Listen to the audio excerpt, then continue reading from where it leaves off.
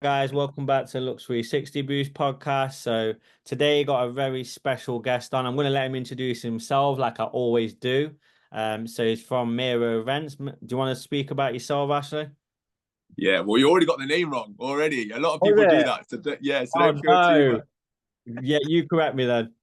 Yeah, so it's Merro Events. So it was part of my dad's name. So Meredith is the surname. So I just put Okay. Merro, and then when I was actually DJing, I made it DJ Merro. So I was just kind of Oh, like I am not being DJ something. I was like, I'm not being Disco Dave. So yeah, I just made it into as the hosting kind of grew. So did the company. So I just made it Merro Events, which I think sounds quite cool. If I don't say so yeah, myself. yeah, yeah. So My it's basically a apologies on the hosting company. pronunciation then. Yeah, Merro Events. Just to be clear on that. So Merro. Yeah, perfect. So, do you want to tell us a bit about an introduction into it? I know obviously that's probably how you've got it started, but what's made you go into like the event side? And I know obviously I met you at Realign and you were doing hosting there as well, like you were the host. So, what's kind of the story behind that?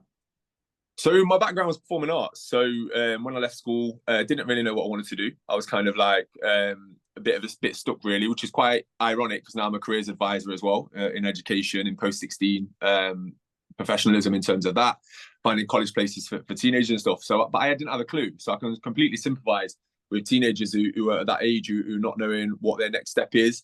My dad and my uncle, they were in trades. So naturally, they were kind of trying to push me towards, whether that's a plumber, electrician, whatever. I was like, I ain't gonna suit that. Like, there's not a chance that I'm gonna be able to go into something and just kind of have been there, like being the singing plumber or something, which is probably quite cool, but it wasn't for me. And then and my best grade, I got a B in performing arts, and I was like, right, well, I must be all right here.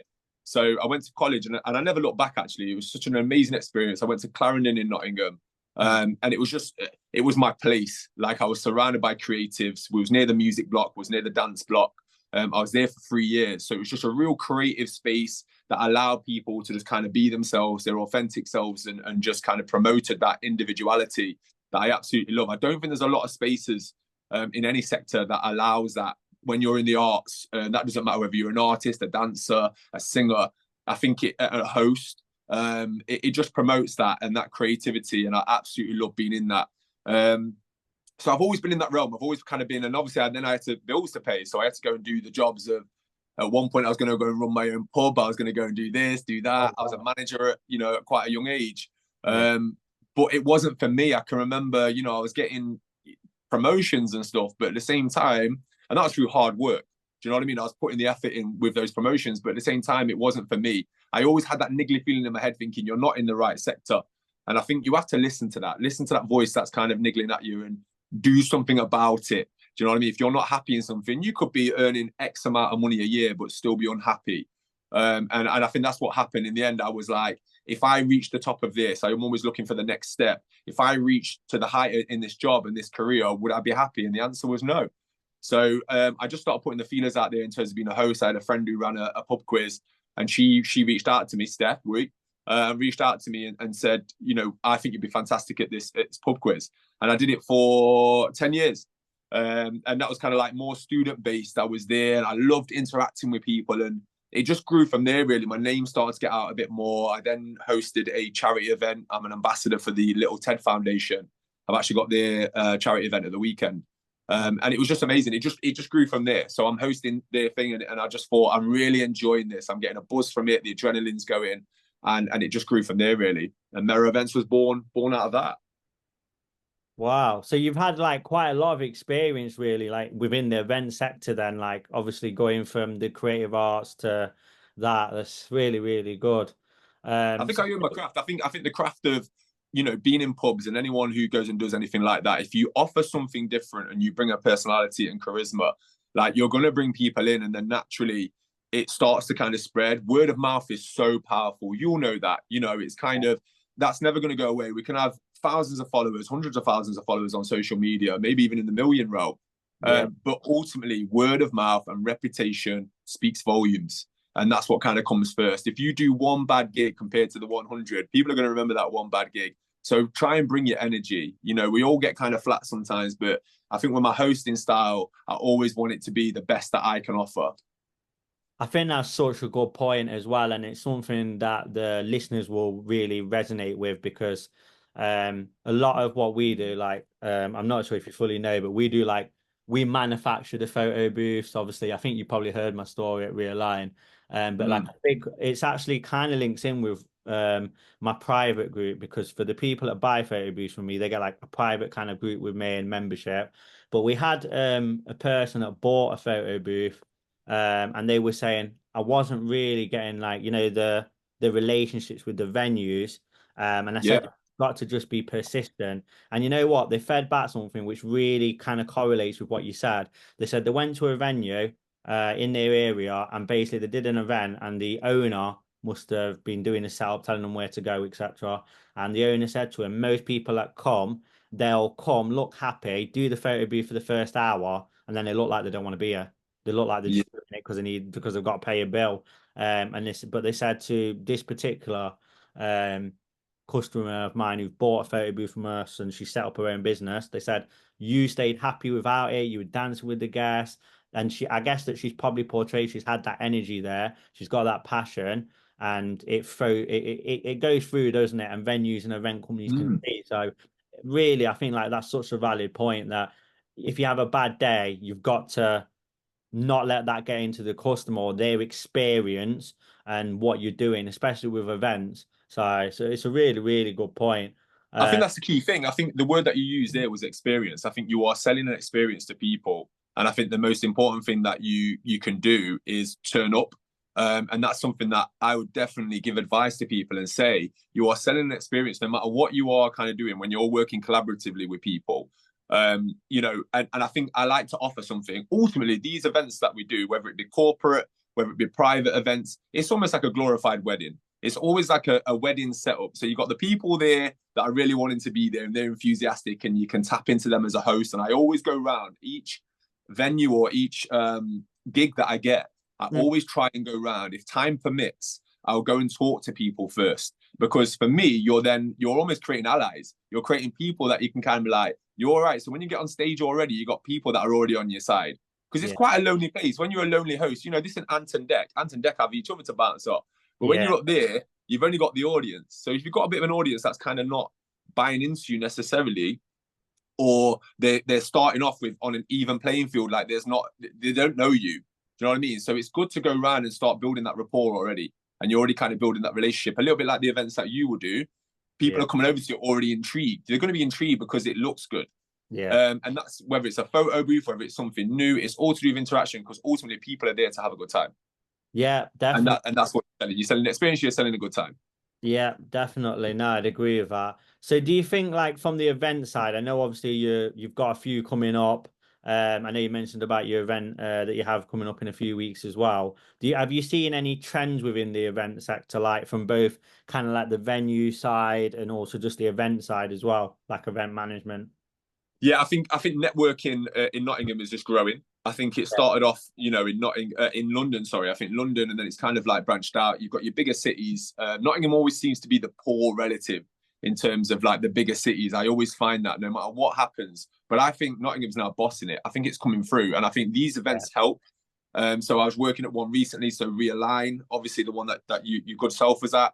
yeah, I was doing a Rialto networking event at a Lear Casino just last week. So I think just people are now starting to Tamika Martin and friends. She's starting to be on the rise in terms yeah, of like her events are getting more popular. So yeah, all these things and obviously other people that I won't even know about. It's kind of for me, there's more and more, but offer something different. So for example, when you're at an event and I see that, it's what people are intrigued by. When you see the stalls, make it purposeful. So I think the trend that I'm seeing, and not to be negative, but the trend that I'm seeing is mm, that people are putting more and more of these events on, but there's no substance to them. So it's like I go to an event and I'm like, what's your purpose? What's the substance to it? Don't just put it on so people can go and have a piss up. You yeah, know, don't just put it on so you can say you put on a networking event. Have something to it. So when you've got the 360 booths there, when you've got the other, things there, if you've got entertainment, maybe get like a singer on at the end, maybe hire a DJ, offer a different level, offer something different. You know what I mean? If you're gonna have a speaker there, why have you got the speaker? Like have the speaker there for a purpose, and don't get four or five that are all spouting the same information. get ones that are offering something different, get ones that are going to be have that charisma and bring a little bit of a difference to your audience, and then you'll know. So if you start with purpose, you can't go far wrong, because you know then what you're trying to achieve, and that will shape your event. So yeah, I think the trend is, and to answer your question, I think the trend is that these networking events are popping up everywhere, which is fantastic. But at Yeah. the same time, I think we don't want to murky the waters too much to the point where people are oversaturated and the market's oversaturated, and some of them haven't got substance. It's just nothing. You've got to kind of almost pick and choose which ones. Yeah, no, I agree. I mean, like you say, there's a lot of events within Nottingham that are happening, but also from a networking point of view. And I think as well, it's from my listeners' point of view, because I know I have listeners that aren't just photo booth owners. Some of them are in the events industry. They're directly in your sector, or Yeah. they're thinking about getting into it.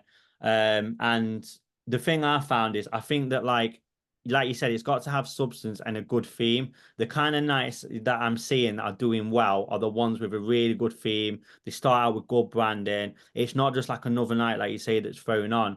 But I think from like a photo booth side as well, it is really about making sure that like everything's right, like your branding. Because I see so Yeah. many companies going out there, they just got a 360 there. No gold poles, no stanchion, no carpet. It's not going to draw no attention. Mm. Not no lights, and the quality of the production looks poor as well. And we're in the event sector where, like you say, it's an experience. People need to remember that experience.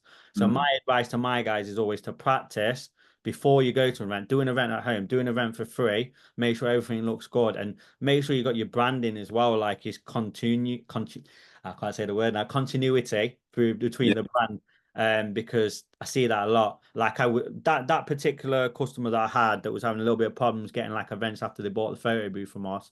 They have a really exclusive photo booth. They've got one that's Mm. got like basically, like my 360, you've probably seen it. It's just metal with obviously painted on. They've got one that's got animations inside, so it'll play an animation on the glass, and it's glass.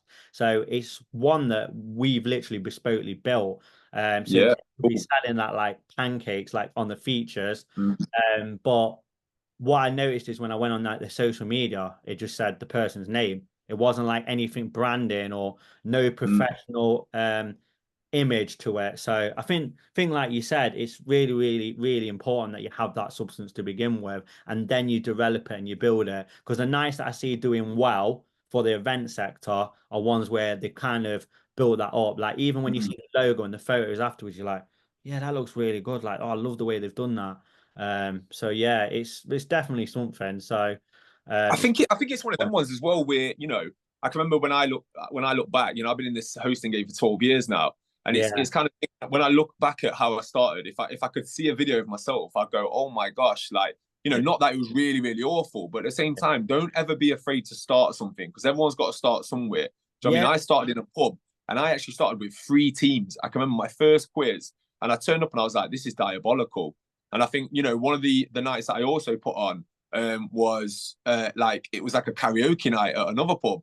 And I yeah, literally, kid you not, this is not even for comic value. I had one man turn up and he brought his dog. So that famous saying, like a man and his dog, like literally, that's who I had at this yeah, gig.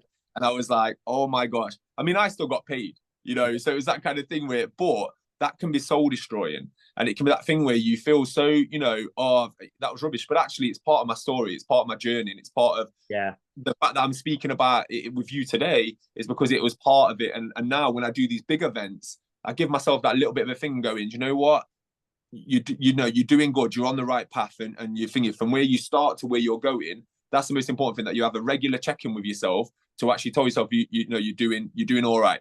Because otherwise what happens is you come blinking and you'll get burnout. You'll just, in the end, if you work constantly and you don't take that time to reflect, you'll have burnout, and that's not productive to anyone. Yeah, that's so true. And you know what? I was speaking about this with my partner yesterday, and she was saying that you need to have time away and give yourself a time. Mm. I think even me and Ryan have mentioned this before, Ryan Hall, and like, Yeah. yeah, it is really important to do that. But no, it's I think, mate, you're absolutely killing it. Like when I saw your page, I was like, whoa, this guy's a professional, and you can tell that. And when you give that ambience, and also you've got that energy, because obviously the first time I met you as a host, we had so many technical problems at that event. But like you say earlier, you didn't let it get you down. We just got on with it. From a photo booth side, I don't think you knew about it, but we plugged the machine in. The first time it blew our lights, our LED strip Oh, was the machine, jeez. right? And then we had the woman saying, "Oh, I think you've tripped it," and I'm just like, all my stuff's got a pat test certificate on it, like it ain't tripped it. Do you know what I mean? Plug it into the second plug there, it don't work again, and then it just tripped again, and it's blown my LED, like it actually blew my LED No. at that point. Luckily, I had a spare one, so I quickly put it on. Then I basically plug it in without the LED in. I'm like, I'll just plug the machine in. It just still didn't work. So that's why we had to go all the way to the stage and get an extension. And then I thought, you know what, I'm just gonna pat test it because I have a little pat tester. Both the sockets failed. So I was just like, oh, that's why it's tripped. This is your sockets. This is your sockets. I love how the venue tries to blame you sometimes. He goes, Yeah. yeah, shit, mate. And the thing is, like, I have everything pat tested. Like, even my MacBook charger is pat tested. Like, I Mm, have absolutely everything because, from an insurance perspective for events, like, you've got to be so on point because the companies will look at insurance companies will always. It's just one of those things. They look at anyway. They can't pay out. Oh, that wasn't pat tested yeah. or it wasn't. So yeah. And then you had loads of technical difficulties, didn't you, with the mic and all that stuff? But On you, the speed was awful. I mean, yeah, thank you to the people that actually lent us the equipment and to yeah, Haley and Charlotte. But at the same time, it was just quite an old equipment. It was old pieces of equipment, and the wire wasn't working right. Not that old is not good. Old can be oh, vintage and all that lot can be absolutely fantastic, and it's old for a reason. It's still working. But when you have those kind of things and the sound quality isn't good, and I've had problems like that before if an event's running late, because it's kind of your job as a host to keep things running smoothly as well. that's it. But some things are out of your hands. I've had an event before where the actual organizer of the event was not ready, and we're talking an hour behind. I always try and work with an event as a host, as a Yeah. rule of thumb. I operate on a 20-minute window. So as long as I'm within that 20-minute window, you can't go far wrong. So as long as we're not going over that 20 minutes, then you're into the danger zone where it's starting to impact on other things, especially if you've got other, entertainment going on, if you've got speakers, if you've got whatever. So it's your job to keep things running smoothly. And I can remember at this particular event, the organizer and the speaker was 1 hour behind.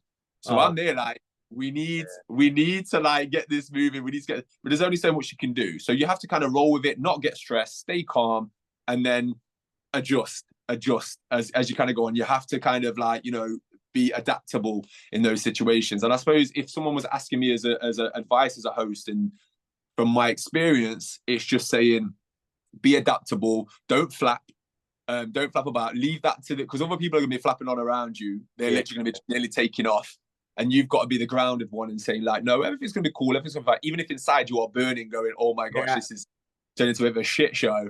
yeah, You need to roll with it, and just keep it moving, keep it going. Ultimately, if you're having a laugh and people are having fun and you can throw in a game there, then do it. I think the last one I worked at, it got quite the one where you was at the realign. yeah, yeah. Quite some deep stories being told. It went quite emotional. Yeah, it And did. I've had before, I'm an ambassador for the Little Ted Foundation. I know I mentioned it earlier, but it's a charity that's close to my heart. But Yeah, it's that thing where that's a deep emotional thing. The same at realign, and then you're expected to go up there and be like, right, guys, yeah, you know, you've got to get the energy back up. You know what I mean? And that's the thing. That's your job at the end of the day. You are being hired to bring the energy, even when it's starting to get a little bit flat. yeah, yeah. And I mean, that can go for any event, can't it, as well, within the event sector? Weddings, christenings, energy can go up, it can go Yeah, down. You've got to keep 100.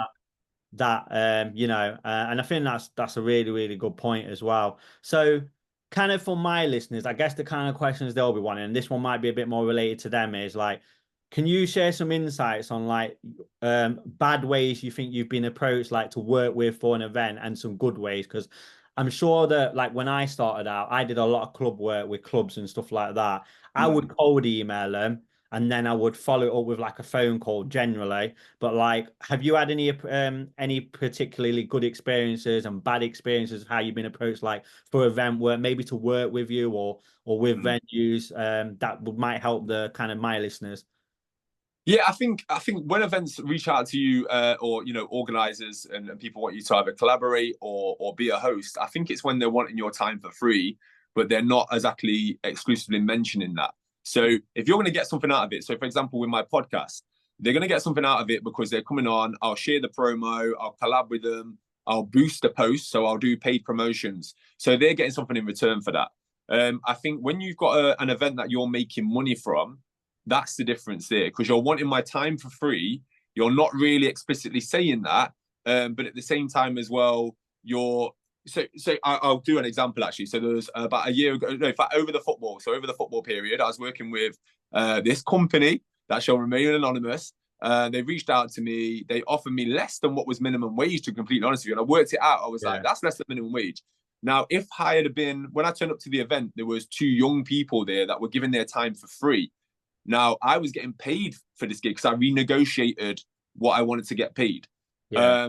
And then in the end, I remember on the days thinking about it, going, hold on, this isn't right. Like, and I was speaking to the two lads there that were also working, that were doing equally as much work as I was. Yeah. But they were students.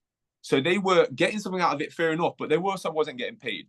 So I then reached back out to the guy and was like, you kind of need to sort something out of these guys, because you've negotiated me. They didn't know I was getting paid and we're doing the same job. So I suppose it's about being fair, and just making sure that if you are in a space with people, that you're leading with that kind of like equality, and just making sure everyone's on a level playing field of kind of what you're doing. If you're doing the same job, yet you're getting paid and they're not, yes, okay, I've got the experience with it, but actually equally they were just as good, you know. I Yeah. mean, I might have been a bit better, but So like the venues but you, seriously. yeah, sorry. So I was gonna say, so like the venues you kind of work with, like, is it through networking that you build them? Because I guess that's kind of the value my listeners will be looking for. Because some of them are like maybe wanting to work with clubs. They might be wanting to work with pubs. You know, I've seen Yeah. certain photo booth companies that I know they're doing fun days, like with pubs and stuff like that, and then they're having the photo booth there. Like, do you think there's a certain approach that they should take? Because obviously you've got that experience with being in the working at pubs before, being a pub manager, events manager. Like, do you think there's a certain approach? Do you think phone call or emails better? Do you know what? To be fair, because I put on my own events as well. So I've got a throwback night coming up next week with Alea Yeah, Casino on the 4th of October. Like for me, that was through the networking side. So yeah, it all depends on what you want to do. So let's say you want to be a quizmaster. I would reach out to the pubs. I'd look at the pubs in your area, think, right, okay, have a price in your head. So have an amount in your head that you want to think, because they're going to be asking you these questions. When yeah, you're reaching to them, have everything, your ducks in a row, as they'll say, cheeky pun, let's chat duck podcast, but have your ducks in a row. And what I mean by that is you have all the information ready. Yeah, there might be some curveballs that they throw out at you, but ultimately know your information. Yeah. So how much you're going to charge, what you're planning on bringing to, that pub. If you're wanting to be, so it all depends for me. It goes back to purpose. It all depends to me and your vision. What is your vision? What it is that you want to do? Because people like a personable, especially when you're a host, they like to talk to you. They like to get to know you. So I'll potentially even drop them an email if I'm getting no response. I'd find out who the general manager is. yeah, So that goes for everything. Like if you're ringing, if you're doing corporate events, I'll be finding out who the events booker is, dropping them an email.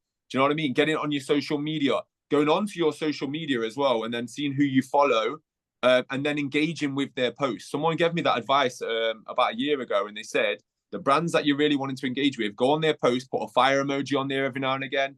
yeah, Spend 10 minutes each day going onto your social media, and then you're following them, and then just comment on their posts. So if they comment quite regularly, you'll then appear on their feeds and whatever, and yeah, just you've already started to build that relationship. And that's how I get my podcast guests quite a lot of the times as well, where yeah, I'll start engaging with their content, and then I'll reach out to them.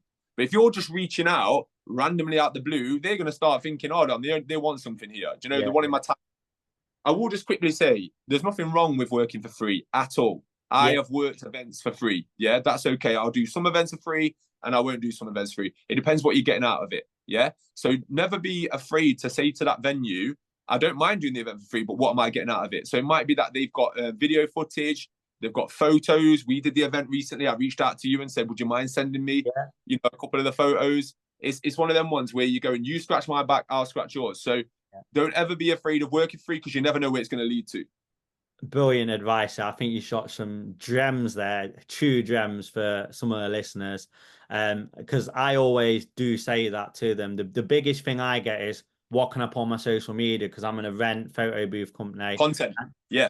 Content, and I say to them, do a free event, even if it's for your family or your friends or a local charity or local community hub, do a free one, but say to them, I'm going to do it free, but the value that you're going to get from it is you're going to get a free event, a free photo booth. The value I'm going to get is I want to use the content and the marketing material and obviously get the display.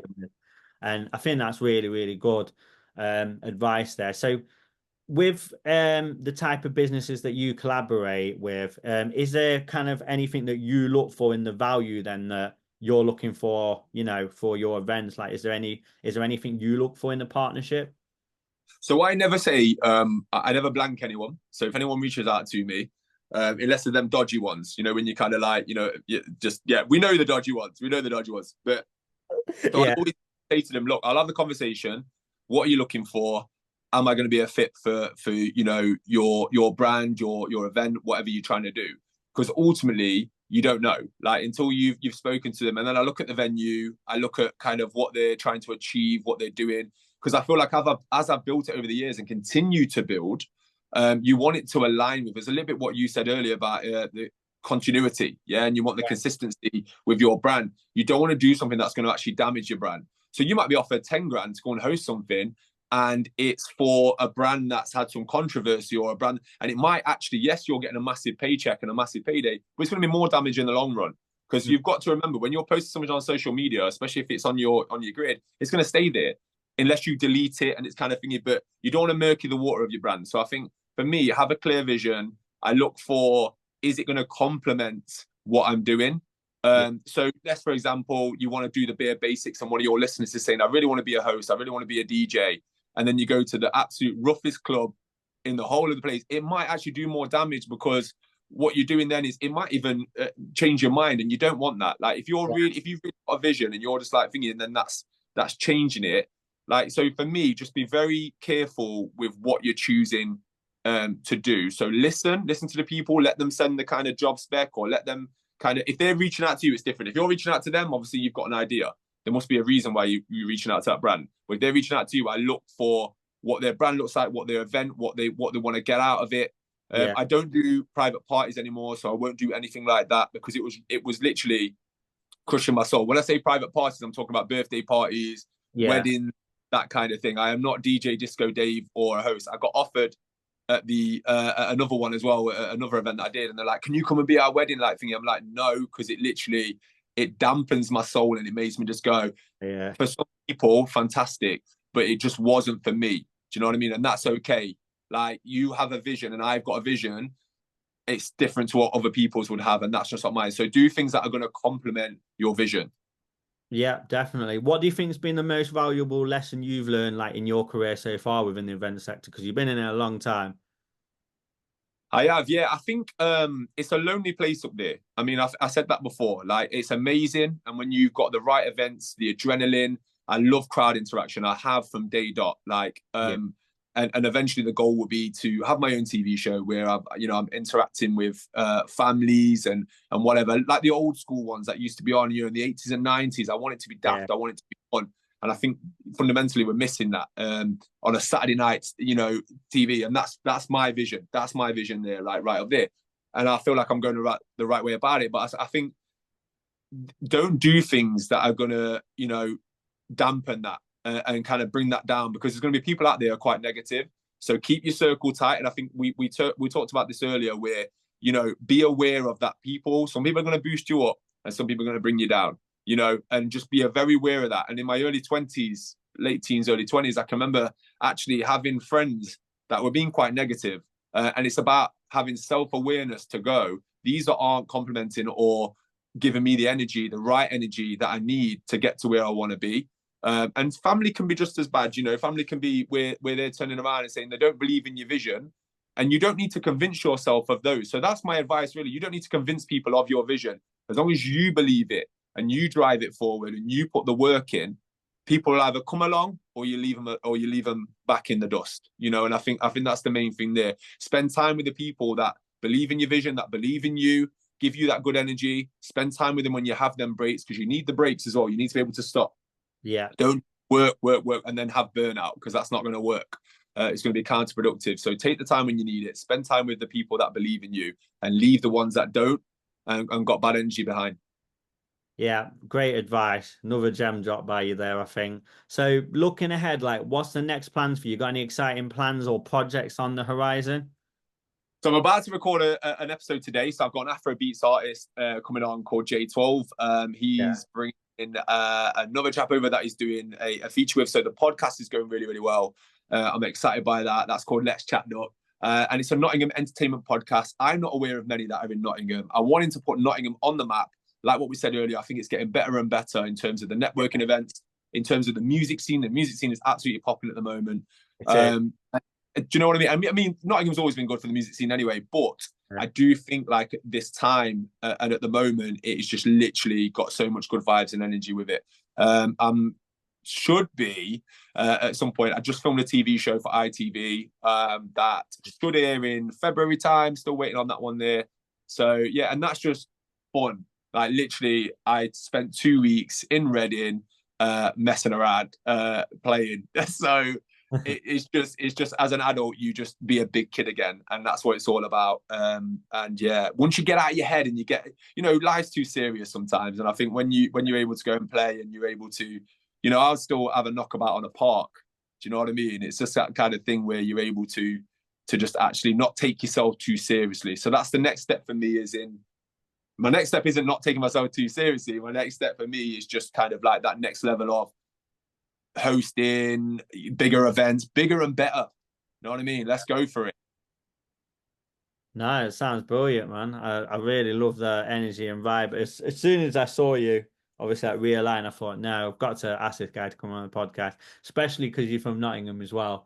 I think, like you say, with the music thing, it's a bit of an odd one because like some of the biggest artists, like within Nottingham, they've all moved to like London, isn't it? And like kind of because the labels are based there, and it's a mad one. But they're from Nottingham, and I think it's about not forgetting your roots as well. Like that's something that's quite important if you're in the event sector, you know, shout where you're from. You know what I mean? Oh And yeah, be proud of I it. Yeah, Nottingham. I'm like, you know, yeah, massive supporter of the arts here, and hence why I changed the podcast vision to making it about the entertainment world, and that could be artists, dancers, singers, you know, models. It doesn't really matter. Come on and tell your story. And like you say, doesn't matter if you're living in the city of Nottingham. You don't even have to be born here. It's just like if you're living in the city of Nottingham, what are you enjoying about the city? What do you think about the scene and everything? And that's the scene as a whole. So that's the arts. I think it's something we do really, really well. yeah. Um, yeah, no, I'm enjoying it. It's good. What made you start the podcast then? Like on the back of that of the event stuff. What was the reason behind it? So I had a radio show. So I decided Oh, I feel okay. like I'm quite good if I have an idea, I'm quite good at putting it into fruition. And I just thought to myself, right, okay, how about radio? I'd heard a couple of people turn around and say, like, I think you'll be good on it. So I was like, you know what, I'll give it a go. And I did that for around 6 months. But I was having to drive to Doncaster, it was a community radio station. Oh, okay. I enjoyed it, but I didn't enjoy the drive to Doncaster. Like Yeah, I zoned out too much to be safe on the road for hours each time on a week. Listen, I could drive, but at the same time, I zoned out too much. So I was like, right, okay, I wasn't enjoying the drive. yeah, But what can I do next? Someone happened to mention a podcast, and it just grew from there. Really, I got my first guest on, which was Philip George, who was a DJ, a Nottingham DJ, quite, you know, who's like Brit nominated, like yeah, really, really good. And I was flattered that someone responded to that. A responded, but B wanted to come on and have a conversation for a first guest. yeah, And it was brilliant, you know. And since then, it's just grown, and I'm enjoying it. You know, I think it's episode 5 today, yeah, which doesn't sound a lot, but the work that goes in behind the scenes to try and get it, and obviously the studio and everything, you're yeah, like, it's little moments where you just go, you know what, each episode should be a win. Each episode that you do, that you like the content, should be a win. It shouldn't be, I need to do 10 episodes, 20 episodes, 30 episodes. Each episode go like, yeah, loved it, yeah. enjoyed it. You know what I mean? Yeah, and I think that's a key thing within the podcast. There's a lot of production talent goes into it, especially with yours. I've seen it, and it's phenomenal quality. Like your background and everything looks brilliant. it's you can tell, you know, it's a proper podcast. And no, props to you, man. Well, thank you very much for coming on, taking the time today. I appreciate it. Obviously, as soon as I reached out to you, you were willing to come on and stuff. And I think that's a good approach as well. You know, it's about being collaborative within our scene as well, isn't it? 100%. I think working together, and I think that word there, collaborative, and just bringing everyone, and this is the thing, isn't it? Boost each other up, you know, Yeah, promote each other, give people their flowers. yeah, And I think that's just, you know, to just end on that note there, like give people their props and their flowers. That's something that I've seen before. I've had to pull people up on that as well and say, yeah. like, hold on, you know, like I'm a host at something and you got people like not giving the thingies. You've got to do that. Like, you know, whatever they're doing at that event, shout them out, tag them in that post, and don't forget about them because that's what it's all about. Do you know what I mean? So no, I appreciate you having me on as well. So Yeah, no, no worries, buddy. That's fine. What I will do as well is for all the listeners, I will put all your links in the YouTube description as well. So obviously everyone can check you out. Yeah, that's it underneath. And yeah, I'll get all the links on there. So if you want to check out obviously the podcast, see a bit more into your company, all of you listeners can. And if you've got any questions as well, you can put them into YouTube comments. I will send them on as well if anyone's got any comments for that. Or questions, might be more questions. I think you answered quite a lot of them, to be fair, really well. So it kind of flowed really well on that side. But no, thank I you. don't know about. I'm shy and retiring, me. I'm shy and retiring. Yeah, but no, it's really, really great to have you on, and I think they've got some gems from that. So thank you a lot, mate. No, you're welcome. Thank you. See you Cheers. soon.